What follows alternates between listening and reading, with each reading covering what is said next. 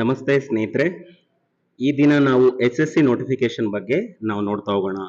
So 12ನೇ ತರಗತಿ complete ಮಾಡಿದರೆ ಸಾಕಾಗುತ್ತೆ. ಎಲ್ಲ ಯುವಕ ಯುವತಿಯರು ಈ ಒಂದು ಹುದ್ದೆಗೆ ಅಥವಾ ಈ ಒಂದು ಅಪ್ಲಿಕೇಶನ್ ಹಾಕ್ಲಿಕ್ಕೆ ಅರ್ಹತೆ ಹೊಂದಿರ್ತಾರೆ. ಓಕೆ, ಸೊ ಇದ್ರ ಬಗ್ಗೆ ಏನೇನು ಎಲಿಜಿಬಿಲಿಟಿ ಇದೆ, ಏನನ್ನ ಓದಬೇಕು, ಮತ್ತೆ ಫೀಸ್ ಎಷ್ಟಿದೆ, ಕೊನೆಯ ದಿನಾಂಕಗಳು ಎಷ್ಟಿದಾವೆ, ಸೊ ಅದು ಎಲ್ಲಾ ವಿವರಗಳನ್ನ ಸಂಪೂರ್ಣವಾಗಿ ನೋಡೋಣ. ಯಾರು ವಿಡಿಯೋವನ್ನ ಸ್ಕಿಪ್ ಮಾಡದೆ ನೋಡಿ, ನಿಮಗೆ ಸಂಪೂರ್ಣವಾದಂತ ಮಾಹಿತಿ ನಿಮಗೆ ಸಿಗುತ್ತೆ. ಓಕೆ, ಸೊ ಇಲ್ಲಿ ಬಂದು ನೋಟಿಫಿಕೇಶನ್ ಬಂದು ನಿಮಗೆ SSC ಕಡೆಯಿಂದ ಕರೆದಿದ್ದಾರೆ. ಓಕೆ, ಸೊ ಪೋಸ್ಟ್ಗಳು ಎಷ್ಟಿದಾವೆ ಅಂದ್ರೆ 2006 ಪೋಸ್ಟ್ಗಳನ್ನ ಕರೆದಿದ್ದಾರೆ. ಓಕೆ, ಸೊ ಅದರಲ್ಲಿ ಜಾಬ್ ಲೊಕೇಶನ್ ಬಂದು ಆಲ್ ಇಂಡಿಯಾ, ನೀವು ಯಾವ ರಾಜ್ಯದಲ್ಲಿ ಬೇಕಾದ್ರೂ ನಿಮಗೆ ಜಾಬ್ ಕೊಡ್ಬೋದು. ಸೊ ನಿಮಗೆ ಕರೆದಿರ್ತಕ್ಕಂಥ ಹುದ್ದೆ ಬಂದು ಸ್ಟೆನೋಗ್ರಾಫರ್ ಹುದ್ದೆಗಳಿಗೆ ಈ ಒಂದು ನೋಟಿಫಿಕೇಶನ್ ಬಿಟ್ಟಿದ್ದಾರೆ. ಸೊ ಸ್ಯಾಲ್ರಿ ನೋಡೋದಾದ್ರೆ ನಿಮಗೆ ಗೌರ್ಮೆಂಟ್ ಆಸ್ ಪರ್ ರೂಲ್ಸ್ ಏನಿದೆ ಆ ಪ್ರಕಾರ ನಿಮಗೆ ಸ್ಯಾಲ್ರಿ ಕೂಡ ಸಿಗ್ತಾ ಹೋಗುತ್ತೆ. ಓಕೆ, ಸೊ ಈ ಒಂದು SSC ನೋಟಿಫಿಕೇಶನ್ಗೆ ಏನಿದೆ, ಆ ಒಂದು ನೋಟಿಫಿಕೇಶನ್ಗೆ ಎಲಿಜಿಬಿಲಿಟಿ ಏನ್ ಬೇಕಾಗುತ್ತೆ ಅಂತ ನೋಡೋದಾದ್ರೆ, ನಿಮ್ಮ ಒಂದು SSC ನೋಟಿಫಿಕೇಶನ್ಗೆ 12th ಸ್ಟ್ಯಾಂಡರ್ಡ್ ಕಂಪ್ಲೀಟ್ ಆಗಿದ್ರೆ ಸಾಕಾಗತ್ತೆ.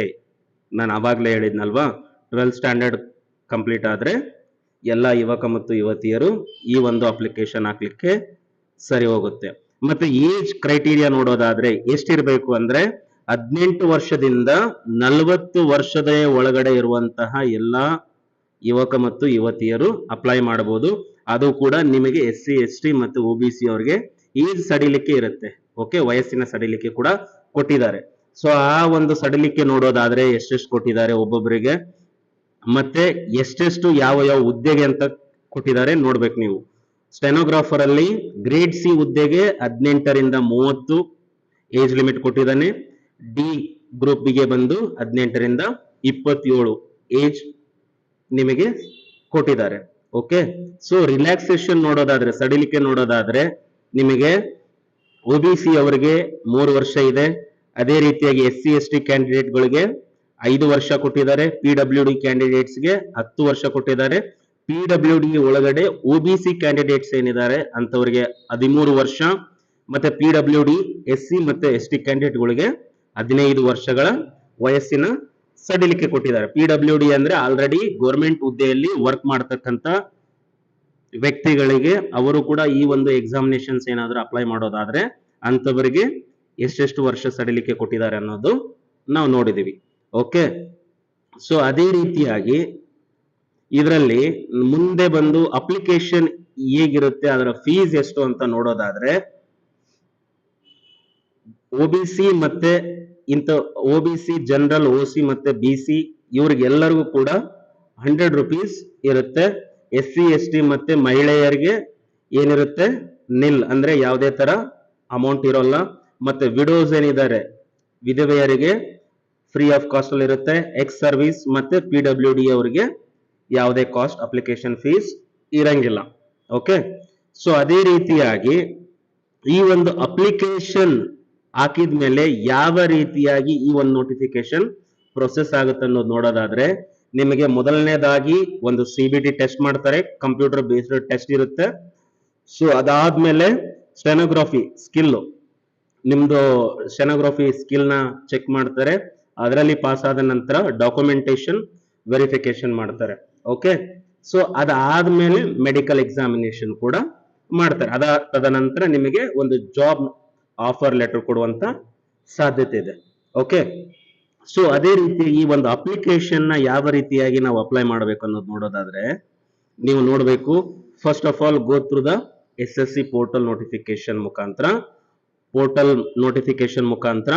ಹೋಗ್ಬೇಕಾಗತ್ತೆ.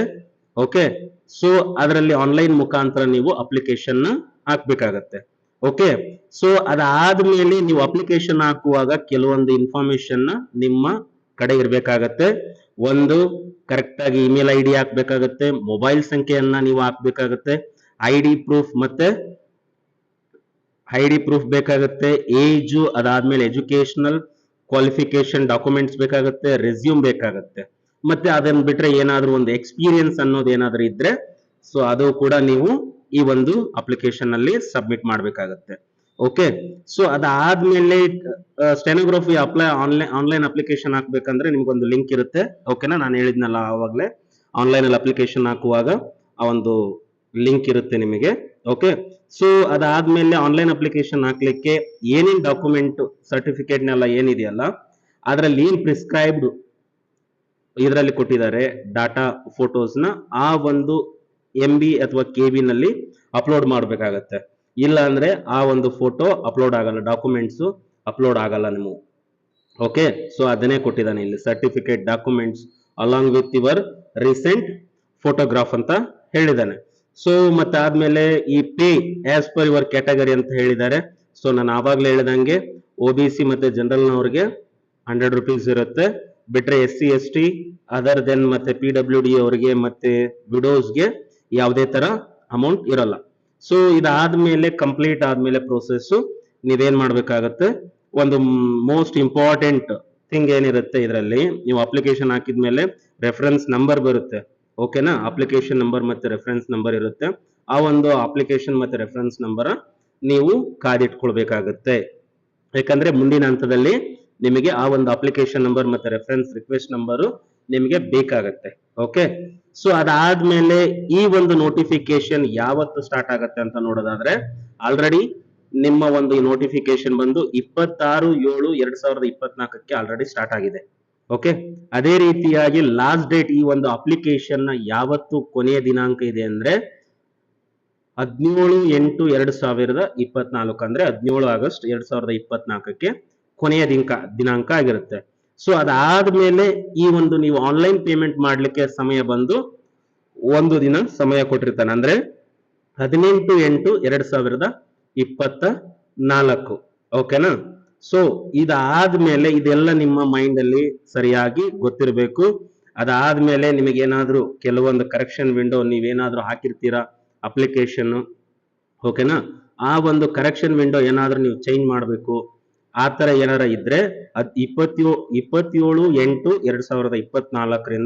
28/8/2024 ಏನಿದೆ ಆ ಒಂದು ಟೈಮ್ ಅಲ್ಲಿ ನೀವು ಹಾಕ್ಬೇಕಾಗತ್ತೆ.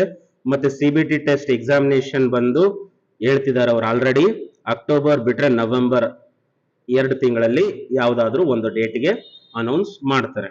ಓಕೆನಾ, ಸೊ ಇಷ್ಟು ಈ ಒಂದು ನೋಟಿಫಿಕೇಶನ್ ಬಗ್ಗೆ ನಿಮಗೆ ಇನ್ಫಾರ್ಮೇಶನ್ ಕೊಟ್ಟಿದ್ದೇನೆ. ಸೊ ಈ ಒಂದು ಇನ್ಫಾರ್ಮೇಶನ್ ನಿಮಗೆ ಉಪಯೋಗ ಆಗಿದೆ ಅಂತ ಅನ್ಕೊಂತೀನಿ ಸ್ನೇಹಿತರೆ. ಅದೇ ರೀತಿಯಾಗಿ ನಮ್ಮ ಒಂದು ಯೂಟ್ಯೂಬ್ ಚಾನೆಲ್ ನ ಸಬ್ಸ್ಕ್ರೈಬ್ ಮಾಡ್ಕೊಳ್ಳಿ. ಇನ್ನು ಹೆಚ್ಚಿನ ವಿಡಿಯೋ ಮಾಡ್ಲಿಕ್ಕೆ ನಮಗೊಂದು ಪ್ರೇರೇಪಣೆ ನೀಡುತ್ತೆ. ನೀವು ನೋಡೋದ್ರಿಂದ, ಲೈಕ್ ಮಾಡೋದ್ರಿಂದ, ನಮ್ಮ ಒಂದು ಚಾನೆಲ್ ನ ಸಬ್ಸ್ಕ್ರೈಬ್ ಮಾಡೋದ್ರ ಮುಖಾಂತರ ನಮಗೆ ಇನ್ನು ಹೆಚ್ಚಿನ ನೋಟಿಫಿಕೇಶನ್ ಗಳನ್ನ ನಿಮ್ಮ ಮುಂದೆ ತರಲಿಕ್ಕೆ ನಮಗೊಂದು ಶಕ್ತಿಯನ್ನು ತುಂಬುತ್ತೆ. ಸೊ ಹಾಗಾಗಿ thank you so much. So ಅದೇ ರೀತಿಯಾಗಿ ನಮ್ಮ ಯೂಟ್ಯೂಬ್ ಚಾನೆಲ್ ನ ಸಬ್ಸ್ಕ್ರೈಬ್ ಮಾಡ್ಕೊಳ್ಳಿ.